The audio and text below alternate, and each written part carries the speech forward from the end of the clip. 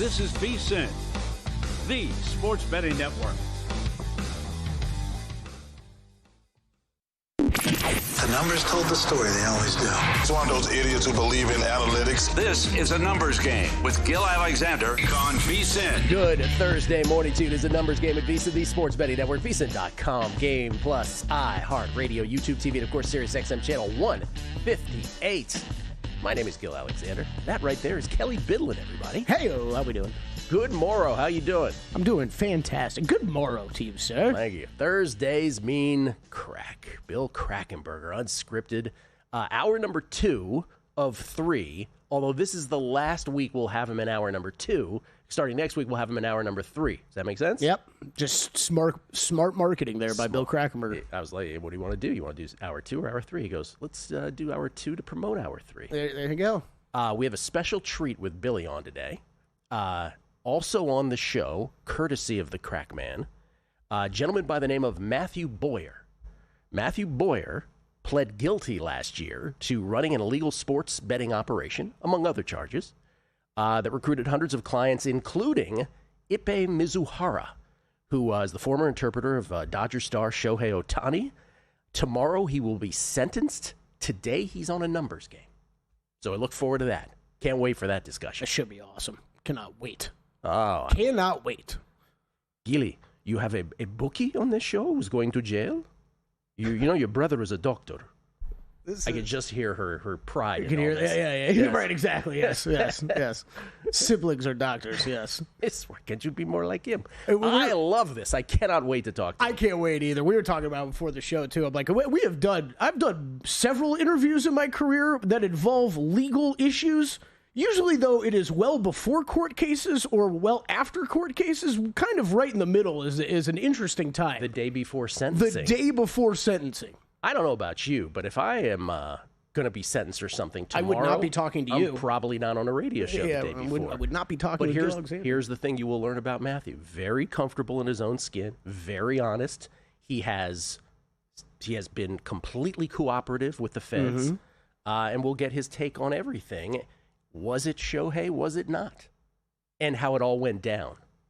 How he got to, how he ended up with Shohei's interpreter. How the feds busted in and got him and all this stuff. We'll get into all that. I'm pumped. I'm pumped. And, of course, the Crackman alongside. Also today, Tim Murray. Week 1 college football begins tonight. Let's go. Tim Murray, co-host of VSiN Primetime, will give us all his thoughts on the week that is forthcoming in college football, the weekend. By the way, Lee Corso's last show on Saturday. Yeah. End of an era. And we're buddies with Felica, so we know how much Lee meant to him as well, and Kirk Herbstreit. And basically, he was like almost like their on-screen father for the last stretch of years, and they're super protective of him. So it's emotional for a lot of guys. Lee Corso, who has meant so much to all the viewers in all these years watching College Game Day. Felica, look, I'm sure he can talk about it more, put it better in his own words. Yeah. But you do a show like that, and that crew, the crew on air, off air, that spends so much time together in different locations around the country, can't even imagine how tight they've gotten over the years and how emotional that would be for a lot of them. By the way, I strayed. We don't have Lee Corso on the show today, but we're going to talk college football. Yes, we do not. And we'll wait for Felica to talk about Lee Corso a little later in the week. We'll do Are We Sure? Estamos Seguros later on the show today. And how about some NFL power rankings a week before the season starts? NFC top 10 and AFC top 10. That could be comical looking back on. Yes, it could be, yes. Week 10, week 15. I thought about that when I was punching them in. I was like, we got to make sure to save these somewhere. Because I'll be honest with you, when I got to 9 and 10 in not the NFC, but the AFC was harder.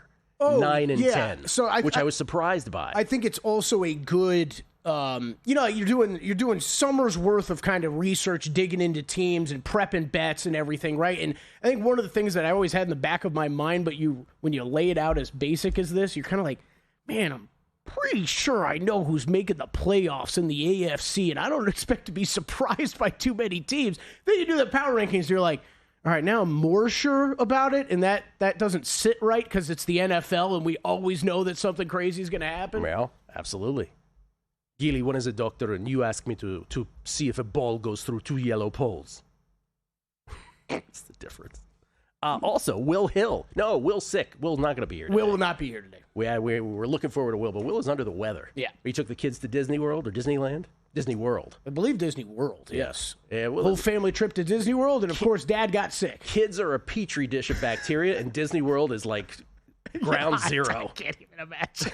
There's no telling what he contracted. But we'll look at NFC West, the NFC West today as well as we go division by division. I know we've done this several times during the summer, but this last run up, we'll go to the NFC West today, and then a little make-miss playoffs in Major League Baseball as well, which again might fall under the category of I don't know if there's a bet here, but let's look at it. Yeah. Hey, we're coming to the end of the stretch. I wanted to pick your brain, see if you had to make a dog bet or two, right? Yeah. Where would you go? Yeah. And we did that yesterday with what did we do it with yesterday? With the we did sort of. I only landed on 2 when we were talking about teams to get to 80 or 90 wins. 90, yeah. There was none of the teams was worth a bet to get to 80, and I said if you had to bet 2 to get to 90, it was the Padres at a big minus price, and the Red Sox maybe. But again, it's slim pickings, so we'll see if there's something there. Tennis yesterday, the fine U.S. Open continues 3-1 yesterday. 3-1, hit everything but Francisco Comasanya, who was gutty and had a set point in set number 4 to push it to a 5th, but could not get it done. He loses the big dog, but we hit all the other 3 yesterday, including Adrian Manarino on the men's side. Also, Benjamin Bonzi came back from a 2-set deficit to win his match. And then on the ladies' side, did you see this? Drama. Taylor Townsend, easy peasy against the hamburger, Elena Ostapenko. And Ostapenko, in her fashion, did not take it well. Oh, is she known for this? Oh, she is the worst. I did not know this. She's the worst. So she just goes after Townsend when the match. She gets rolled in the second set. Yep. And she couldn't hold a serve for the entire match. And so she starts going after Townsend, and they're basically in each other's faces at the end. And according to Townsend, interviewed afterwards, Ostapenko called her classless and uneducated. Felt a little... Yeah, there were some follow-up questions in the press conference about that. Yeah, now Ostapenko, of course, felt the need to go to social media and clarify her comments. Clearly, she didn't like that was out there. And she's like, no, she just didn't say sorry on one of these net cord balls. Can you explain that to me? Well, what her point was, or what she was trying to make point? She has no point. Okay. You know, it's tennis etiquette, right? Like if you win a net point, in other words, what we mean by that is it clips off the top of the net and... you know, the ball deadens. And so if it had just gone a millimeter or 2 above that, your opponent would have had a play on it. But because it clips the net, it just drops dead, if you will. And so, you know, at the feet of the net. And so you do a faux apology. I was just going to say, isn't that the common courtesy of like, hey, like that's a BS point, but whatever, it counts. I know I got the best of that. I know that wasn't based on skill. Sorry about that. Right? It's tennis etiquette. So apparently Ostapenko, and I don't know if this is the case or not, but Ostapenko accused Townsend of not doing that. And she said, even though you're in your homeland, she says, you're not allowed to act that way. Anyway, I believe Tay-Tay. I believe Taylor Townsend, who said, yeah, that's what she called me. Yeah. Ostapenko was like, I'll see you in another country kind of thing. I'll see you outside. Oh, man. It was fascinating. It was so fun to watch. There is nothing, I'm telling you, there is nothing quite as fine as the petulance of the U.S. Open between Medvedev and Ostapenko. It's so great. Today, 5 more plays. 5. Count them, Kelly. Count them. 5. 5. 1, 2, 3, 4, 5. In the U.S. Open. 2 on the men's side. Going back to Tristan Schoolkate as a monster dog against Alexander Bublik. Now, it's plus 370. Schoolkate's numbers are great on hard courts. Here's the deal with Bublik.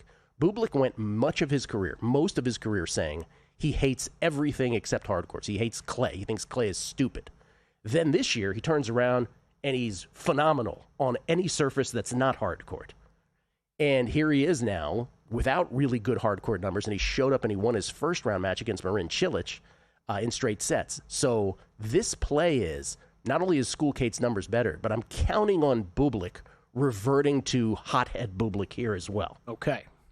Schoolkate plus 370 versus Bublik. The only other one on the men's side, I don't think I've ever made a play on this guy. Leandro Rieti, Swiss player, versus Francisco Cerundolo. He's plus 178. Ladies' side, Not quite as sexy on the prices. Diane Paris. You remember we used to bet on Diane Oh, Paris. you've bet on Diane. I know that. Yeah, we used to. Well, Diane Perry. Diane Perry. Diane Paris in French, minus 120 versus Renata Sarasua. Renata Sarasua beat Maddie Keys, right? Is that who she beat? I think she beat Keys. Kelly's like, I don't know. Yeah, Gil. Yeah. Come on, man. She had a big upset, but Diane Paris is the play, minus 120. Again, better hardcore numbers. Magdalena Frech, plus 175 versus the American Peyton Stearns. And Maddie Keys, yes. And Victoria, you want to take a shot at her last name, Kelly? Or would you not like to take a shot at that? You go ahead. Golubic. I was not going to go with Why they just take her off the screen? I don't know why they just removed her. Oh, did I spell it wrong? Maybe I spelled it wrong. Maybe they didn't want me to pronounce it. Victoria Golubic spelling mistake. Is the final play against Beatriz Haddad Maia, a Brazilian player who used to be really solid, but has sort of fallen off a cliff this season and is trying to get her game back. I am betting against it showing up today. So on the men's side, School Kate and Rieti. On the ladies' side, Paris, spelled Perry, Frech, spelled Frech, and Golubic, spelled, Kelly, would you like to say what it pronounced? Yeah, otherwise you can pronounce it? Golubic. Golubic. So there you go. 5 plays, United States Open, and it has been a banner tournament, as this hardcore season has been. Cincinnati was great. U.S. Open has been great so far, which was different from the hardcourts early in the year. We sort of mimicked the Iga Swiatek year, which is sort of inexplicable results early in the tennis season, but the Earth has returned to its axis. Nice, like it. Of course, we're always one day away from that no longer being the case. So. Zizou got home again? Zizou is through by Draper withdrawing from the tournament. That's right. Zizou! Let's go. Kelly's going to name his firstborn Zizou. Zizou Bidlin. Got a ring to it. NFC West. Let's do that next. Numbers game. VSiN, the Sports Betting Network. Got a good thing coming. Just wait and see. It's a good.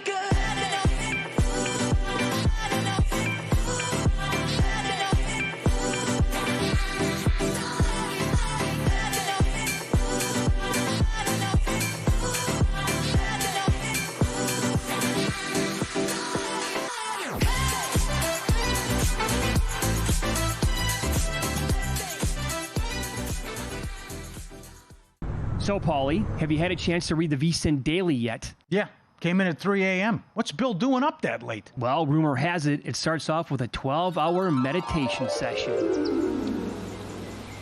Then he just pours himself over film and live TV, really focusing and taking it all in. Bill's in with the biggest insiders, talking trade secrets, strategies, the whole nine, absorbing the info. And then and only then can the writing process begin.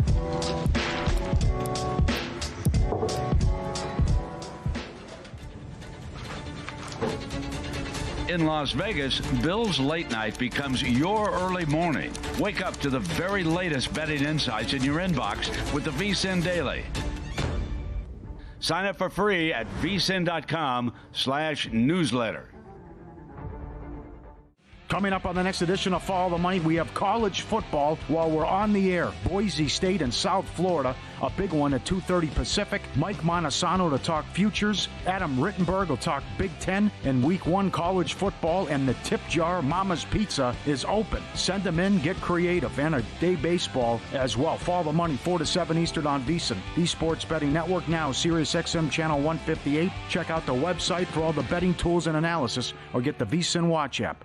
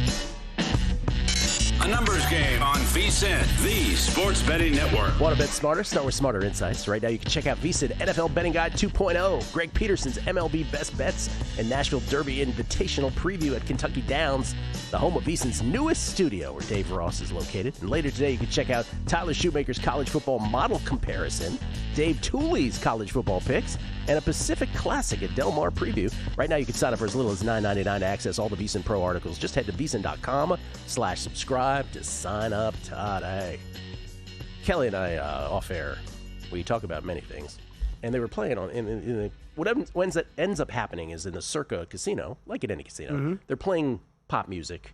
And then I just get it stuck in my head when I come in here. So this morning it was Blink 182's All the Small Things. Great song, great band. So I've been singing it all morning, and you said, hey, did you know what about them? Well, I told you background about Tom DeLonge, one of the lead singers and guitarists, and he started a UFO research company. I think he's been in front of Congress with all these UFO things. It's crazy. But we pulled up the last break. I wanted to see because you were singing All the Small Things. You asked me, is that their most famous song or biggest song? Yeah. I was like, well, they had a few big hits, but I think that's the biggest. So I found this awesome website.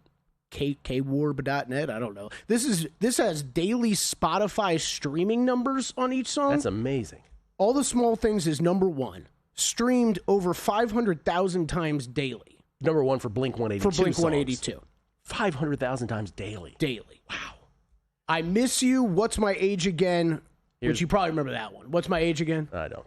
Here's the thing about that. I hope the artist is getting properly compensated in all this. Yeah. You believe in UFOs? Is Congress weren't you the guy in Blink 182 when he's talking about okay, so, we could go a whole segment on this. Yeah. I'm a guy who's very down the middle on this topic, okay? I believe some of these people. Remember we talked about, this was a couple years ago we talked about on the show with the body cam footage here in Vegas and stuff like that. They saw aliens. What irritates me about this topic always, Gil, is I feel like in the 90s and the X-Files era and stuff, right? Everybody knew someone who was like, oh, they're out there. They're just, the government's got this buried away. And then literally in the past few years, the government's been like, here's video of UFOs. We don't know what's going on. Yeah. And everybody's like, oh, that's fake. That's fake. And I'm like, how do you go from you want them to believe it's real to this is fake? I'll tell you why. Because people, including myself, people believe what they want to believe. So I always took I think I've said this on air before, I took the position in life until someone I know and respect tells me they've had a UFO encounter or an alien encounter, I'm not believing it. So fast forward to when I was married, my ex-father-in-law. I do remember the story now. My ex-father-in-law, right, is a former skin, and they used to practice out by Dulles Airport. In those days, it was the vast wasteland. There was no buildup in Virginia. So he would drive this long Dulles access road to where they practiced, and it was full dark. And he said one night, when he was driving back from practice, this light he saw in his rearview mirror that was way in his rear, way in the deep behind him. Yeah. All of a sudden swooped in right on top of his car and then swooped forward just as fast. And he told me this story. And remember, I had this thing until someone I know and respect tells me this, I'm never going to believe it. I looked at him and I go, yeah, that didn't happen. So it showed you that even when this lifelong immune, someone I knew and respected told me this, I still wasn't willing to believe it.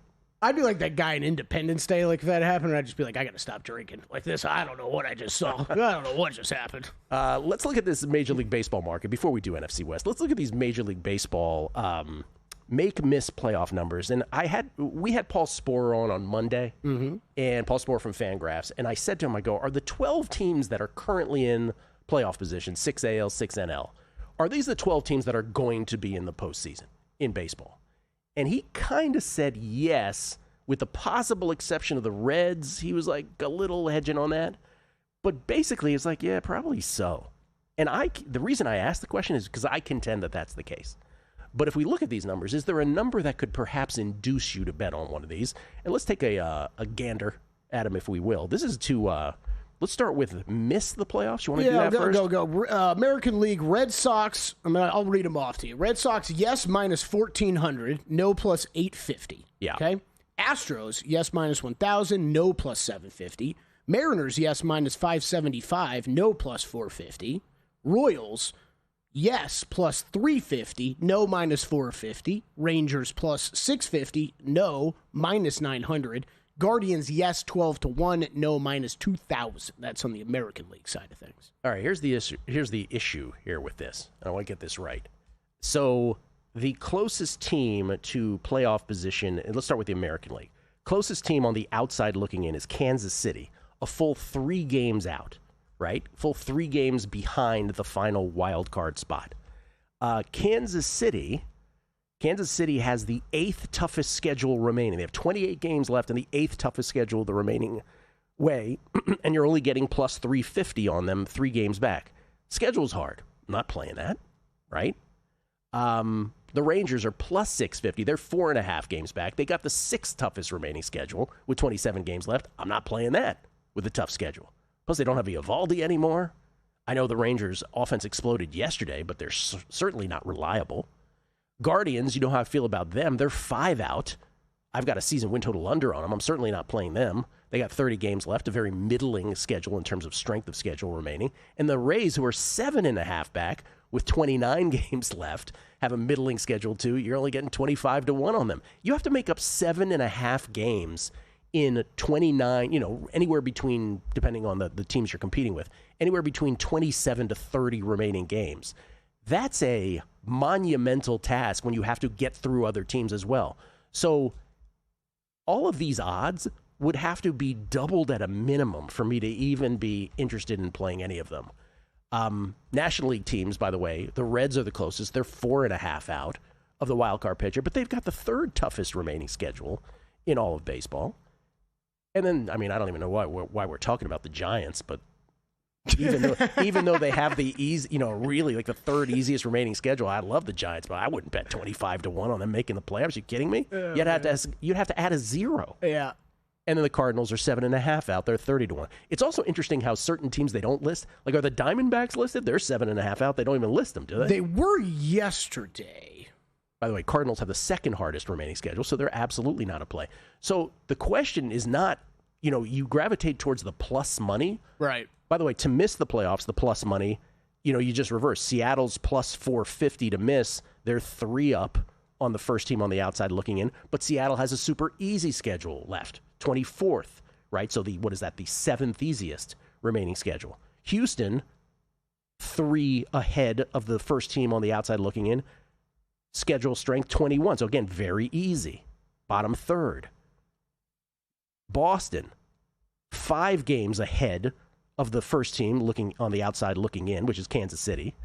They're plus 850, but again, a middling schedule. So none of these plus numbers. By the way, National League, the Mets are 4.5 games clear of the first wild card team, Cincinnati, on the outside looking in. But the Mets did themselves favor. Remember, the Mets can get in 2 ways, right? So they could also, get in via the division, and they're 4 back in the division. So the Mets would be interesting at 8. Well, that's 2. But what you're talking about is them to miss. So that's the other way. I got confused with the Mets and the Phillies. That's wrong. So the Mets are 4.5 ahead of Cincinnati is what we're looking at here. Correct. So 8-1 for them to drop out of that. They have the 7th hardest schedule. Is that something you might be interested in playing? Not knowing, but I wouldn't, because Cincinnati has the 3rd hardest remaining schedule. So again, you have to sort of assess not only the team you're looking at, but the other teams involved. So I don't think there's a plus money bet here. And then it becomes which of the minus monies are low enough that you would consider playing them. Maybe the Astros. Is that Astros number correct? Is that supposed to be plus? No. That's not correct, is it? Yeah. Minus 1,000. Yeah. So missing a 0. This is the conclusion on this. Sometimes we look at markets where there are bets, right? And then other times we look at markets like the one yesterday with getting to 80-plus wins and 90-plus wins. And I don't think there's a bet here. I think a lot of these baseball markets that are up here now, you could take a flyer on these and somehow you'll win them and you'll feel like a hero doing it. But none of these are good bets at these numbers to me. Not a single one of them. You agree? Yeah. Yeah, probably. And the reason, it looks like a lot of these books are just leaving off some of the ones that are in tighter division races. Right, the NL East, Because they have AL two East, ways that of, sort of stuff. Right. Well, Should we say what we said off the air? What's that? About scripted? Oh, you say it. What? Well, it's always been the argument, like, you always get the casual sports fan. Oh, it's rigged. The sport's rigged. It's scripted, right? The NFL's scripted. And my pushback's always, now, if it was going to be scripted, you would be involved with the sports books, and everybody could make money off of these things. This would be the example of certain teams actually, don't exist because the Yankees aren't listed, right? The Yankees are not listed at DraftKings or FanDuel. Why aren't the Yankees listed? That's interesting. Anyway, I'm just saying, you have a betting dollar. You have to allocate your resources. You can't bet everything in sight. This would be something that I would look at and I would not bet. I agree. Also, sports are not scripted. Make sure I don't think Major League Baseball is. You guys just share that? Kelly Billin thinks sports are scripted. That was my takeaway from that segment. NFC West, top to bottom, next on a numbers game at VSiN, the Sports Betting Network. There's no better time to join VSiN Pro. Right now, get started for just $9.99 for your first 30 days or save 50% off with an annual subscription. As a pro user, you'll get our newly updated NFL betting guide, as well as the college football betting guide, the ultimate playbook packed with expert picks, team previews, and best bets. Plus, you'll unlock exclusive features like real-time betting splits, daily best bets, and full access to the VSiN Watch app. Don't miss out. Head to VSiN.com/subscribe and join us on the Sports Betting Network. Get your edge this season with VSiN's College Football Betting Guide, exclusive to VSiN Pro subscribers. It's packed with 136 team previews, preseason top 25 rankings, and best bets from our experts. Pro subscribers also get the NFL Betting Guide, daily best bet emails, exclusive splits, and full access to our premium betting tools. Sign up now at VSiN.com/subscribe for just $9.99 for your first 30 days. Or save 50% with an annual pro subscription and join us on the Sports Betting Network.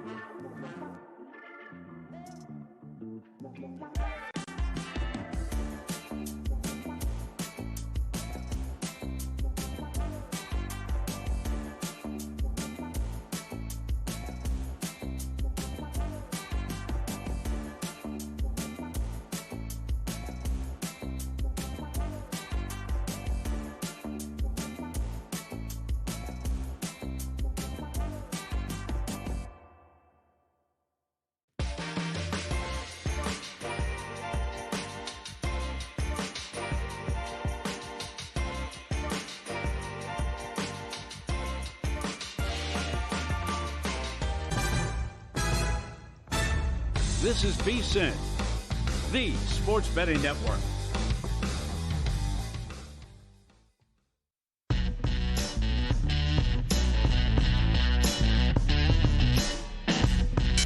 Numbers Game on VSiN, the sports betting network. As the official horse racing partner of VSiN, First Bet is built for bettors who demand more. First Bet isn't just about placing a bet, it's about helping bettors of all levels with proprietary AI handicapping tools that provide data-driven insights to help you make smarter bets. First Bet's in-app tools give you win, place, and show probabilities for each runner so you can quickly and easily identify good value plays and improve your ROI. Right now, you can take advantage of the limited time $250 sign-up offer. To claim your bonus, use promo code VSiN250 when you sign up in the First Bet app or firstbet.com. That's promo code VSiN250. 1STBET.com. Skill Alexander, we get tweets at Beating the Book. Always appreciate the feedback. Y'all are the best. Ted Henritzi, retired Ted, he says. Kelly? Tired Ted. Says, hi, Gil. I'm up at the U.S. Open with my bride. You know a person's age when they call their wife their bride. He says, thank you for 2 winning days, Tuesday and Wednesday, especially the Townsend singles match. I can't listen today, so if you can share your picks today, I'll thank you in person on my next Vegas trip. Well, I just gave them out. Again, on the ladies' side, it is Paris, it is Frech, and it is Galjubich. And then on the men's side, it is School Kate and Rieti. These tennis names are going to kill people. Luca Flacco. Just finished your 3 from yesterday and heard the Chunnel discussion. Did you guys know there's also a tunnel under the Detroit River between Detroit and Windsor? Not sure we can call it a chunnel here, but I like that more than runnel. So chunnel it is now. No, wait, are you serious? Man, you got to get up there. Go through that. I gotta do a full podcast on this. I was not aware that existed. It's awesome. Kelly Bidlin live from under the water. Brian Schaefer. Gil, what in the world was Ostapenko yesterday? What was she doing? Enough is enough with this lady. Every time she starts to lose, she either retires or wants to fight with the opponent. Yeah, she's not a super great human. That's my only assessment there. Chris of St. Bart's. At Disney World last week, came back sick too. Oh, no. You too, Chris? I can't even. I meant to bring this up, though. God, yeah, I know we're nowhere near Father's Day. We only do this around Father's Day. God bless all you dads out there who are going with multiple kids to Disney World. I cannot imagine. I have babysat for all of 3 hours for my niece and nephew before, Gil. That's it? You retired? I was exhausted. I think I took a nap immediately. Needed a cocktail real bad. It's exhausting. I don't know how these people do it every day. You and me, we're not the same. Stringfellow Hawk. It's Gil putting addition on your house with these tennis bets, Alexander. Well, let's see if we can keep it rolling today. Jeffrey R. says, School Kate's plus 430 at Profit X. And 3Jack H 3131. Tennis etiquette schmetiquette. Do kickers apologize when they doink a game-winning field goal? Somebody somewhere once said, you play to win the game. That's an awesome tweet. Yeah. It's an awesome tweet. Yeah. Although it'd be kind of badass if kickers started doing that. Where you're like, hey, guys, sorry, but that still went in. Who's my man that did it for the Skins against Tampa Bay in the playoffs? Zane Gonzalez? Yeah. If he would, apologize to the Bucks after that. Sorry, guys. Sorry to knock you out of the playoffs. And let's say... I got pictures of the Detroit Channel. Looks great. Greg Narcissian. Hey, Gilly, did you solid yesterday, and I didn't tag your tennis pick. Consequently, you went 3-1. Based off of today's results, you'll know if I tagged. Love and listen to the show daily. Oh, Greg is one of those guys like Todd, where it's like, you don't want me playing your picks. I'm a mush kind of thing. Mm-hmm. Yeah. Okay, let's talk NFC West. Let us begin at the top. Again, San Francisco, 10.5 is where their total is, season win total. Rams are at 9.5. Cardinals and Seahawks both at 8.5. And if we go to make and miss playoffs in the NFC West, playoffs, San Francisco's minus 210. Rams are minus 160. Arizona's plus 115. Seattle's plus 160. And then to win the division, everybody's in plus money. San Francisco plus 155. Rams 2-1. Arizona plus 425. Seattle 5-1. San Francisco 10.5 wins. Still one of the most talented teams in all of football. If you could stay healthy, that is. Disappointing 6-11 season last year. Even with all their issues, the offense still finished 10th in EPA. Expected points added, but the defense struggled badly, ranking 26th in EPA. But in just games with Brock Purdy as the starters, the Niners were 6-9. However, their offense was 8th best with him as the quarterback in EPA, and the team had a plus 4-point differential in the 15 games he started. Niners would have been expected. This is all, by the way, through the prism of Cleve TA's wonderful preview. Forgot to mention that at the top here. They would have been expected to win 2.8 more games. We do that whole Pythag in baseball by his numbers.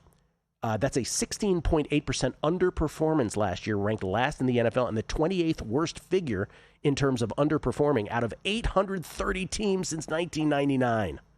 I know it took us all a while to come around on what the 49ers really were last season, but still, they finished 4th in total offense and 8th in total defense last year. It was tough to power rank them when we did our power rankings, which are coming up. San Francisco ranked bottom 5 in the league in DVOA.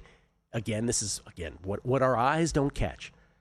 Ranked bottom 5 in the league in DVOA in field goals, kickoffs, kick returns, and punts. 49ers kickers made 76.7% of their kicks, 6th lowest percentage in the NFL. Jake Moody made only 70% of his kicks.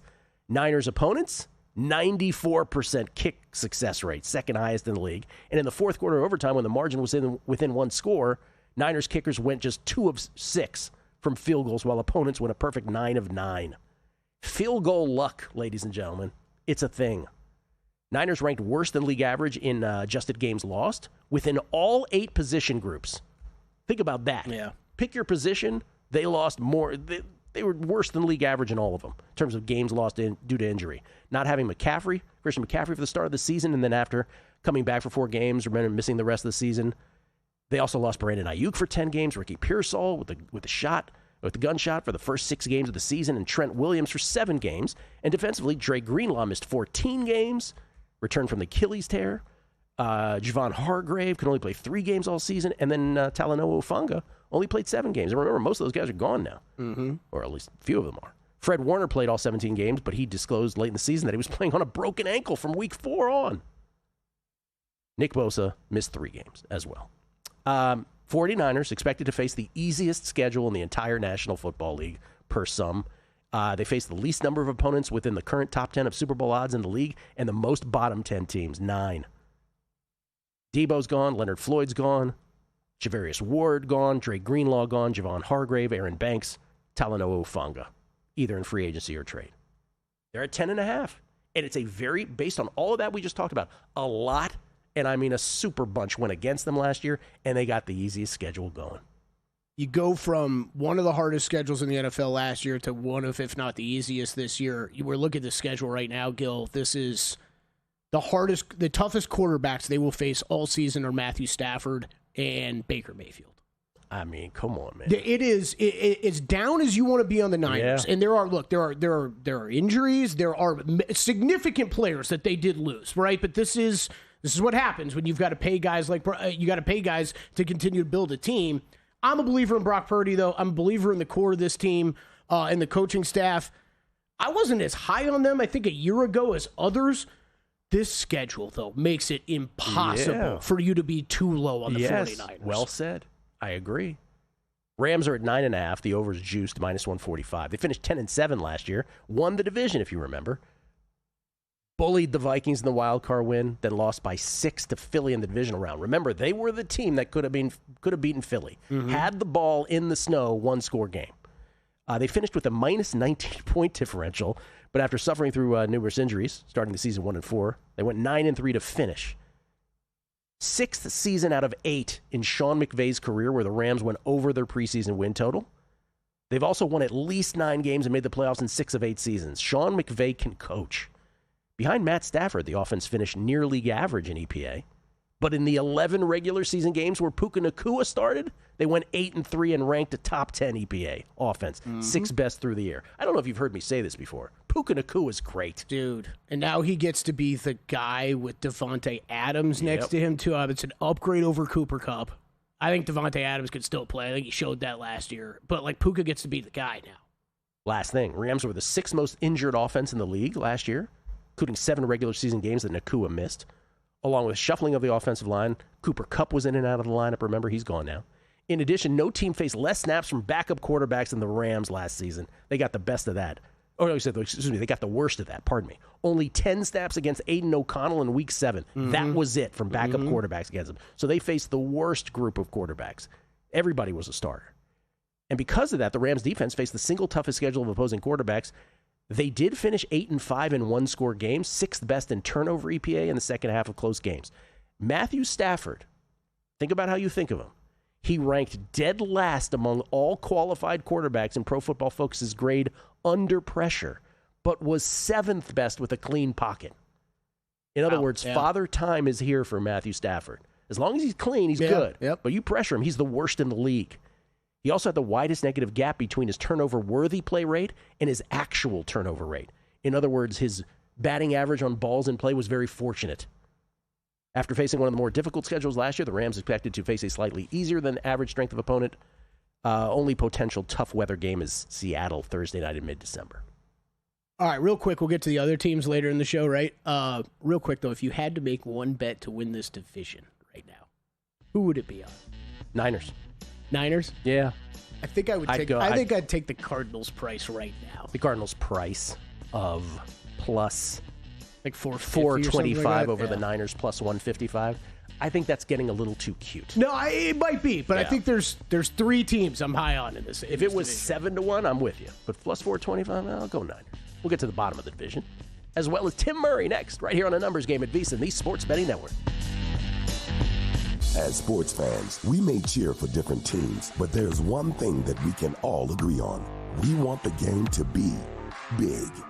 And with 3 levels, 30 cabanas, a 143-foot screen, 6 clean pools, and endless cold drinks, it doesn't get any bigger or any better than Stadium Swim in Las Vegas. All sports, all seasons. It's more than a pool deck. Stadium Swim. It's the only thing like it in the world. Check out Stormy and JVT on Money Moves, only on VSiN. And maybe that's why they wouldn't, because they're the Giants and they don't do things that make sense. Out of all these divisions, this is the one that I am the most curious about because I do think there are positive signs for the Bears. They'll take you on a fun, fast-paced journey, weaving in everything you need to know to make an educated bet, while also not shying away from the excitement of a same-game parlay sweat. Money Moves, weekdays at 2 p.m. Eastern on VSiN, the Sports Betting Network.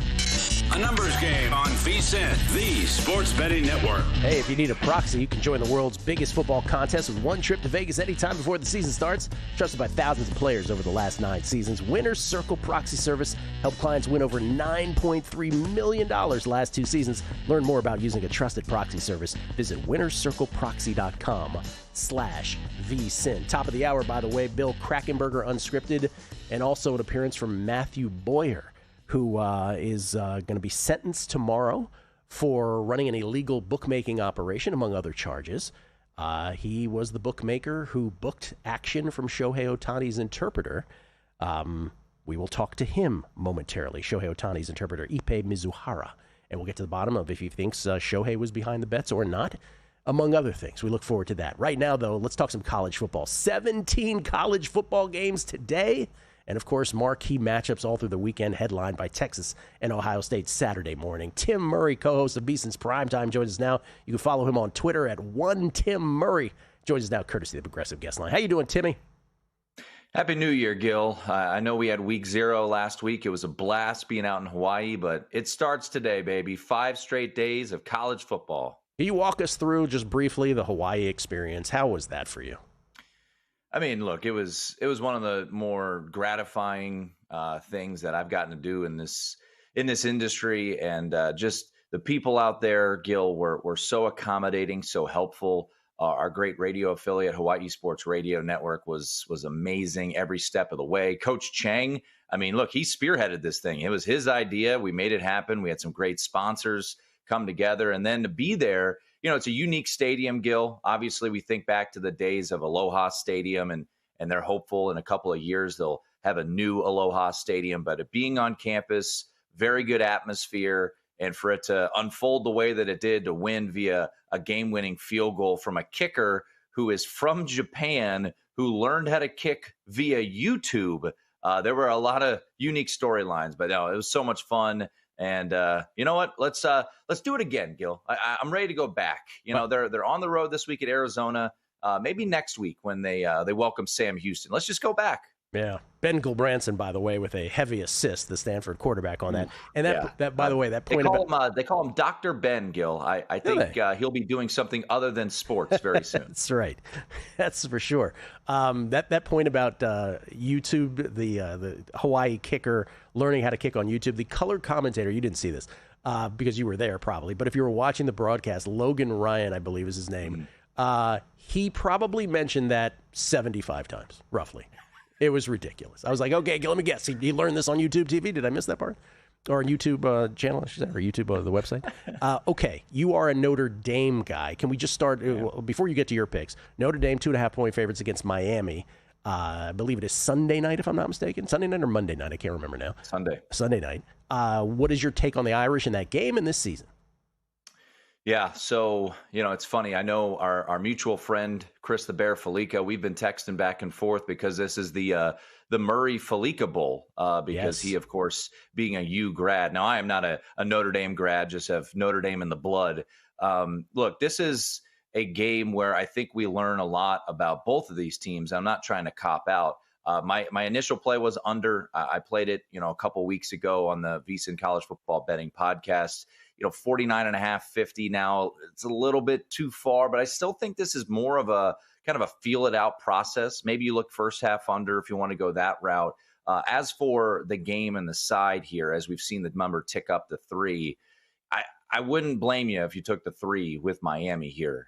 This is a Miami team that is going to have very, very strong defensive line and offensive line presence. Now, I think if you're looking at the Notre Dame side here, Gil, the reason Notre Dame wins is twofold.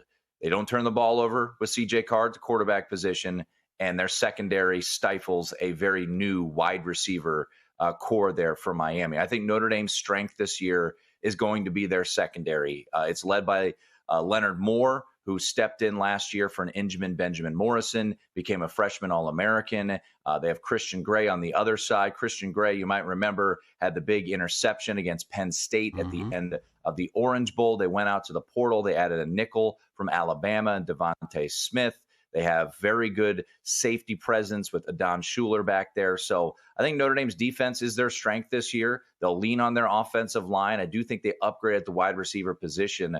I think 3 is probably the right number. And once again, if I were to play it, I would probably take the 3 with Miami, but I'm heading into this game, and I'll be there, Gil. I'll be flying out Saturday night to head down to South Beach for this game.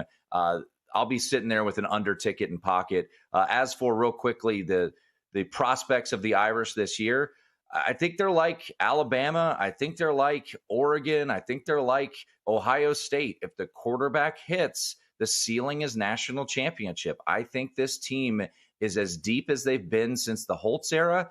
And if CJ Carr, who has never taken a meaningful collegiate snap and has never thrown a pass in a college football game, Gil, if he hits and lives up to his high 4-star capabilities, I really do believe Notre Dame's ceiling is the national championship. But if he doesn't hit, they could very well start 0-2 with Miami and Texas A&M on the schedule. Wow, from Hawaii to South Beach for Tim Murray. Balling and shot calling. Styling and profiling. And a stop in Vegas in between. Yeah, maxing and relaxing. All right, anything today on today's slate? All right, so I'm not going to give it out now because it's hilarious. I bet this game, this FCS extra game, and it has moved now 8 points. So I just wanted to point it out because I'm not going to go in depth on it. UL Monroe and St. Francis of Pennsylvania. The Red Flash is now transitioning to Division III, so we're banking on the Warhawks taking advantage of that. The one game, I'll give you a couple that I haven't bet yet, but I'm keeping a close eye on. There's a lot of hope and expectation for this Buffalo squad from the MAC to keep things close tonight. Seeing a little bit of movement towards the Bulls here as 18 down to 17 at circa 17.5 still market wide. Wes Reynolds was on the VSiN College Football Betting Podcast yesterday. He talked this one up. And, Buffalo in year 2 of Pete Lembo there, a guy with a lot of special teams in his blood from his time at South Carolina. I think this could be an interesting spot where you see a MAC team maybe be competitive. And then for me, Gil, a big game for a win total is Nebraska and Cincinnati. I have over 7.5 wins for Nebraska this year. And this game gives me a little bit of heartburn. This is a spot where you have a coach in Scott Satterfield for Cincinnati, Gil, that is very much on the hot seat heading into this year. And you know this all too well. When you see that 6.5 dangling out there, it's just tempting you. Why don't you lay it with Nebraska? It's under a touchdown. Cincinnati does bring back their, veteran quarterback in Brendan Sorsby. What is Dylan Raiola going to be this year? Is he going to take that next step? The reason I bet over 7.5 wins this offseason on the Cornhuskers is twofold. Number one, Matt Rule historically has really taken that big step in year number 3 when you look at what he did at Temple and then what he did at Baylor. Now, I do not include his Carolina Panthers time.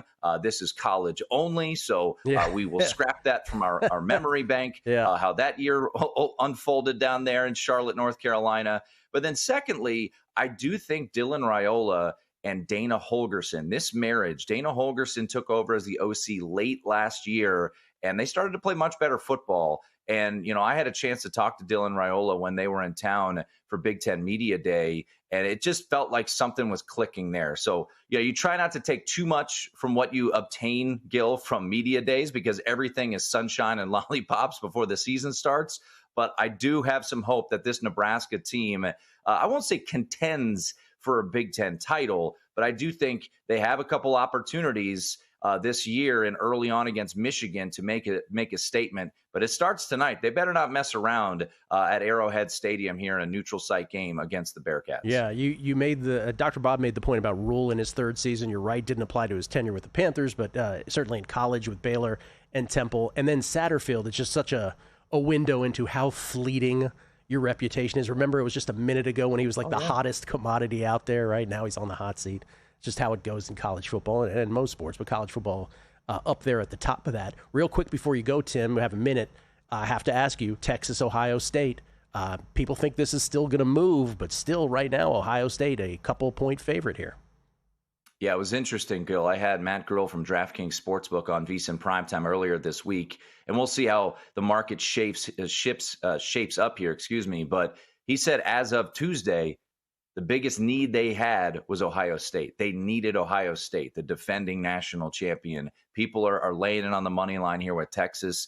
I understand the questions with Ohio State. You've got a new quarterback, 2 new coordinators. That concerns me as well. But Gil, if I wake up Saturday morning and I'm getting a plus sign on Ohio State, I'm going to have to take it and see how this ultimately plays out. I get all the hype for Texas and Arch Manning, but Ohio State still has Jeremiah Smith, still has Caleb Downs. So let's see how this puppy moves. And if I get plus money on Ohio State, I'm going to have to be on the old Buckeyes on Saturday morning. Noon Eastern, but for those of us in the Pacific time zone, 9 a.m.